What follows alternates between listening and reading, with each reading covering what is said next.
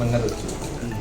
Pastilah, pasti harus mengerucut kan, kalau enggak kan susah. Berarti nanti PDIP, P3, PAN. Sementara formasinya itu 3 ya. itu udah lengkap. Bukan Erik dong kalau Bahasanya Mas Hasto Kita tuh ada kalau PDIP, P3, PAN tuh spektrumnya sudah terwakili semua. Oke. Sudah terwakili. Karena tiga ini bergabung kan segmen pasar legislatifnya nggak saling mengganggu. Muhammadiyah itu Yes. Dan kemungkinan yang lain bergabung itu peluangnya besar atau enggak? Kita nggak bisa, Pak Erlangga menurut saya dia mencari titik optimal. Dia mencari titik optimal, berusaha memaksimalkan amanat Munas kalau ada yang mau. Kalau tidak ada yang mau, pasti second best kan. Second bestnya beliau jadi wakil. Nah, sekarang siapa yang mau menerima jadi wakil? PDIP mau nggak? Gitu. Kalau PDIP diajak berkomunikasi dan timbangan kita partai yang lain yang bergabung di sini segmennya bukan itu yang kita perlukan misalnya itu. Ya dia tentu akan mencari yang lain kan, apakah itu di Pak Prabowo, apakah itu di Pak Anies, bahkan gitu ya.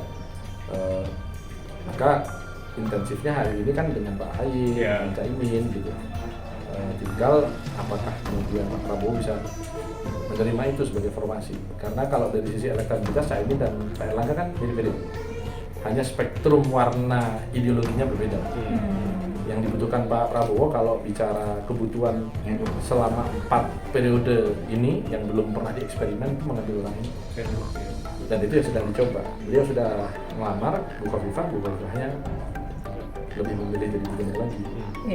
Gitu. Jadi ya buat saya sih pilihan Bu Khofifah ya bagus banget ya. Mendingan jadi gubernur Jawa Timur daripada jadi wakil presiden, karena nggak ada SK wakil presiden, SK gubernur kan tiap hari gitu.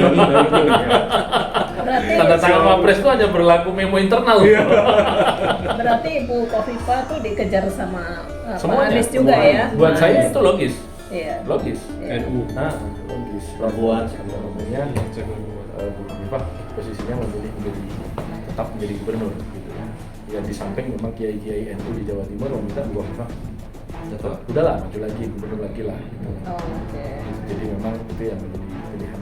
Kalau tidak ada perubahan ya politik kan bisa berubah. Tapi saya juga mendapat informasi yang cukup valid bahwa Bu Khofifah juga sudah pamit sama Pak Jokowi. Saran Pak Jokowi juga ibu sebaiknya seperti itu. Bu Khofifah itu dalam karir hidupnya kan memang selalu ada patron. Saya tahu persis karena kan dulu yang bawa Bu Khofifah menjadi Menteri UPP zaman Gus Dur kan juga almarhumah ibu saya waktu itu. Saya nyetirin waktu itu ke rumah Gus Dur Ciganjur. Jadi setelah almarhumah ibu saya tidak ada, kemudian patronnya ganti Ki Hasyim Muzadi. Setelah Ki Hasyim Muzadi nggak ada, patronnya berganti kepada waktu setelah ibu saya kemudian Gus Dur nggak ada ke Ki Hasyim. Setelah Ki Hasyim nggak ada, sekarang ke namanya Bu Mahfudz, sekarang ketua Dewan Penasehat Muslimat MUI. Kebetulan secara hubungan darah dia nenek saya, jadi adik dari kakek saya. Jadi informasinya lumayan primer lah kita dapat informasi bahwa Pak Khofifah sudah begini untuk urusannya.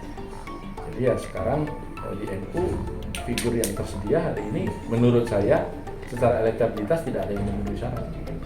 Tetapi kalau bicara kebutuhan modal politik, ada Gus Yahya, ada Gus Yakut, kemudian ada Kiai Said. Makanya Anies sudah datang ke Kiai Said. Gitu. Anies sudah datang ke Kiai Said, terus Gus Yahya juga sudah ada pembicaraan lah untuk dalam tanda petik dilamar, cuman kan Gus Yahya bilang saya mau mengawal 2 periode. Jadi kalau bicara politik silakan menyatu. Dan buat saya Gus Yakut salah satu figur NU meskipun elektabilitasnya nggak pernah dimasukkan karena kan nggak pernah diuji ya. Hari ini termasuk yang eminent menurut saya di lingkungan NU, karena kalau dia diambil sebagai calon wakil presiden, 3 jaringan akan bekerja. 1 PBNU karena kakak kandungnya, kemudian yang kedua Ansor karena dia sendiri, kemudian yang ketiga Kementerian Agama. Gitu. Kalau dia dapat Menteri Agama, dahsyat.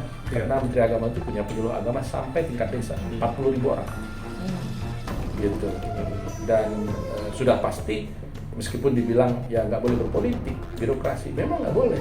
Tapi penyuluh agama itu kan honorer, bukan PNS. Itu satu ya, artinya larangan itu juga menjadi big question mark kan.